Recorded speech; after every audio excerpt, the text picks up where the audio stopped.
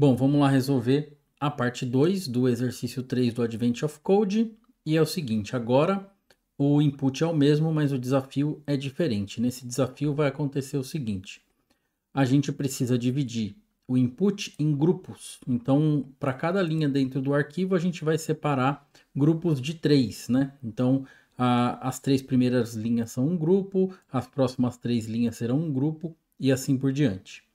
Aí, os elfos, cada grupo tem uma badge, tá? Que identifica aquele grupo, que é o caractere que se repete entre esses grupos. Então, nesse caso aqui, ó, nesse primeiro grupo, qual é o caractere que se repete em todos os grupos? Então, tá aqui, ó, no primeiro grupo, o único item que aparece nas 3 mochilas é a letra R minúscula. Então, aqui eu tenho R minúsculo, aqui eu tenho R minúsculo e aqui eu tenho R minúsculo. E assim por diante. Então a gente precisa separar em grupos de 3 linhas, a cada 3 linhas um grupo. A gente precisa identificar qual é a letra que se repete entre esses 3 grupos e calcular utilizando a mesma regra de prioridade. Então, para começar, a gente vai continuar lendo do jeito que está aqui, né? A gente fez esse split aqui para dividir no meio, dessa vez a gente não vai precisar mais. Então, eu vou tirar esse split daqui. Não vamos mais precisar fazer isso. Aqui eu vou simplesmente pegar a linha e vou retornar a linha inteira, né? Porque eu não preciso mais fazer a divisão. Então, só para conseguir fazendo o debug disso daqui, eu vou ir comentando esse map aqui, que a gente vai usar o mesmo map, provavelmente. Tá? Então, eu vou coletar num vetor de strings, só para ver se ele vai mostrar o resultado aqui para a gente. Provavelmente ele vai dar um erro dizendo que vetor de string não é um iterator call into iter ou iter. Tudo bem? Então vamos entender até aqui o que está acontecendo. Eu estou lendo o input, que é aquele mesmo arquivo. Eu estou fazendo um match. Esse match é só para que eu consiga pegar o unwrap de cada linha e em caso de erro eu não faça nada. Aqui no caso do filter. Depois do filter eu estou dando esse collect e aqui eu tenho um vector com 2 strings. Eu não tenho mais 2 strings, agora eu tenho uma string só. Não preciso mais das 2 strings porque eu não estou mais dividindo, não estou mais criando uma tupla. Né? Então agora ele tem um vetor. Aqui embaixo eu estou chamando sum, que eu não quero, só quero coletar para eu conseguir ver o que está acontecendo aqui. Então, tiro aqui essa anotação de tipo. E finalmente eu tenho agora o que a gente precisa, ou seja, eu estou lendo cada uma das linhas. Então, leio a linha, filtro caso tenha algum problema, e esse collect aqui foi só para fazer o debug. Então agora o que eu preciso fazer com cada uma dessas linhas aqui? Eu preciso pegar de 3 em 3, então eu vou pegar essas 3 primeiras e depois essas 3 primeiras aqui. Para fazer isso, eu posso utilizar o chunks. Se eu tivesse utilizando crates externas, eu poderia usar aqui uma crate chamada iterTools. Dentro do iterTools eu consigo chamar o chunks direto aqui no resultado do filter. E eu não ia precisar alocar na memória heap esse vetor de string. Mas como eu não estou usando o iterTools, tá? O iterTools seria melhor eu utilizar. Vou deixar anotado aqui que seria melhor utilizar o iterTools para evitar. Mas como eu não estou usando, eu vou continuar coletando, o que é ruim em questão de memória, porque eu tenho que coletar todos os inputs, que são 300, e alocar na memória. E aí, a partir daqui, eu vou chamar o chunks, tá? O que vai fazer o chunks? Vai permitir que eu itere em grupos. Então, eu vou querer pegar grupos de 3. Então, quando eu peguei esse chunks, eu preciso agora, em cima do chunks, iterar. Então, eu poderia chamar um iter ou até coletar ele em algum lugar. Mas o que eu vou fazer aqui vai ser dar agora um filter map, igual eu tinha feito ali em cima, né? E eu preciso garantir que agora eu tenha 3 elementos. Por quê? Porque se eu pegar chunks de 3 e eu tiver no final do arquivo e por acaso sobrar 1 ou 2, eu posso ter erro. Então, nesse caso aqui, eu vou pegar cada linha, cada grupo, né? Então, eu vou chamar isso aqui de group. Pego cada um desses grupos aqui.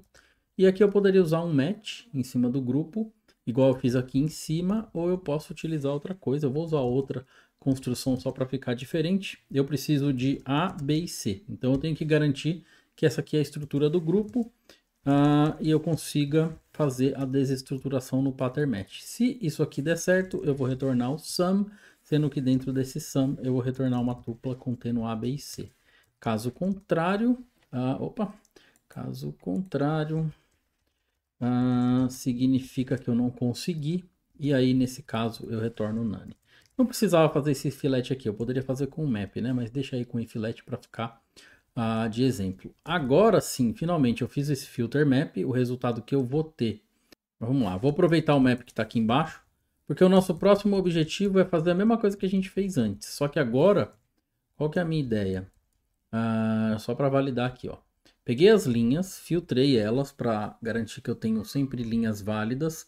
Coletei para poder fazer o chunks. Aqui eu tirei os chunks 3 em 3. E aqui eu fiz um filter map só para poder tirar os 3 itens de dentro de uma tupla. Agora aqui eu não vou receber mais left e right. Aqui eu vou receber A, B e C. E aí aqui agora eu vou ter um set a mais. Então eu vou ter aqui o C7, que vai vir do C. O left, que vai ser o A. E esse daqui que vai ser o B. Então agora eu tenho 3 sets, né? Eu poderia criar algum tipo de iteração ou função para criar esses sets, mas vai ficar assim por enquanto.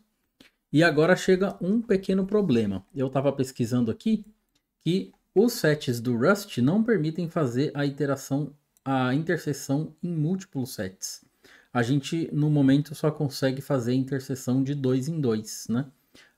Diferente de Python, por exemplo, que dá para encadear um com o outro. Então isso aqui é uma issue que ainda está aberta, mas a gente consegue resolver isso daqui com programação funcional, né? Então vamos ver como é que a gente resolveria. Esse intersection aqui, para que eu consiga resolvê-lo, eu vou ter que agrupar esses 3 sets, tá?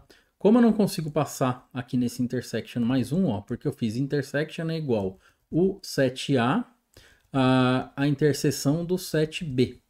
Eu não consigo passar aqui um ponto intersection e adicionar o set C. Então o que eu vou ter que fazer? Eu vou criar um agrupamento de sets. Então let set group é igual a... Vou pegar aqui o B7 e o C7. Não vou pegar o A, porque eu vou fazer uma operação chamada de reduce, né? Que no Rust usa o método fold. Então eu vou dar uma iteração aqui e vou chamar o método fold. Eu digitando errado, aí eu vou ter erro, depois não vou perceber o que é. Mas vamos lá, vou fazer um fold. E nesse fold aqui, o que vai acontecer vai ser o seguinte. Eu vou passar como parâmetro inicial, inicializador desse fold, o primeiro set, o A7. O segundo parâmetro dele vai ser uma closure. E essa closure recebe o acumulador e o elemento, que vai ser um elemento hash set. Aí aqui dentro eu posso fazer essa operação aqui de intersection, né? Então eu venho aqui e faço com que o acumulador, que na primeira vez vai ser o A, seja feito o intersection dele com o que ele recebeu aqui no HS. Aí na segunda vez o acumulador vai ser o B e o HS vai ser o C. E aí sucessivamente até que a gente tenha a redução disso para um único objeto intersection. Esse objeto intersection aqui, ele é um option. Então para eu conseguir a ownership dele, eu uso o cloned e eu vou usar o collect para tirar aqui de dentro. E aí sim eu tenho agora um único intersect aqui. Então agora sim eu consigo pegar essa intersection desse único grupo de hash sets, né? Fazer aqui o set group, .iter, .next, porque assim eu consigo pegar o primeiro elemento que está lá dentro, .unwrap. A gente só tem um item que se repete, mas se tivesse mais de um item que se repete entre essas coleções, ele ia retornar vários. Por isso que a gente usa o next para considerar só o primeiro. E aí eu chamo aqui o get priority, no final o sum. Então a solução está praticamente igual à anterior. O que está faltando aqui neste momento é fazer aqui a anotação de tipo para U32 e agora o resultado está 70, olha lá. Resultado 70, que é exatamente o resultado que a gente quer no nosso input de teste, tá? Então vamos só recapitular o que está acontecendo aqui. Eu estou pegando todas as linhas, eu estou usando o filter map só para conseguir tirar cada linha de dentro do result e garantir que se tiver linhas que deu erro, ele filtre, né? Tire essas linhas com erro. Aí eu converto para um collect, né? Eu coleto só para poder usar esse método chunks que pega de 3 em 3. A alternativa seria utilizar o itertools, ou então a alternativa seria eu fazer um for aqui, ou fazer um map para pegar de 3 em 3. Tem algumas outras alternativas, mas essa daqui é a mais preguiçosa, então eu fiquei com ela.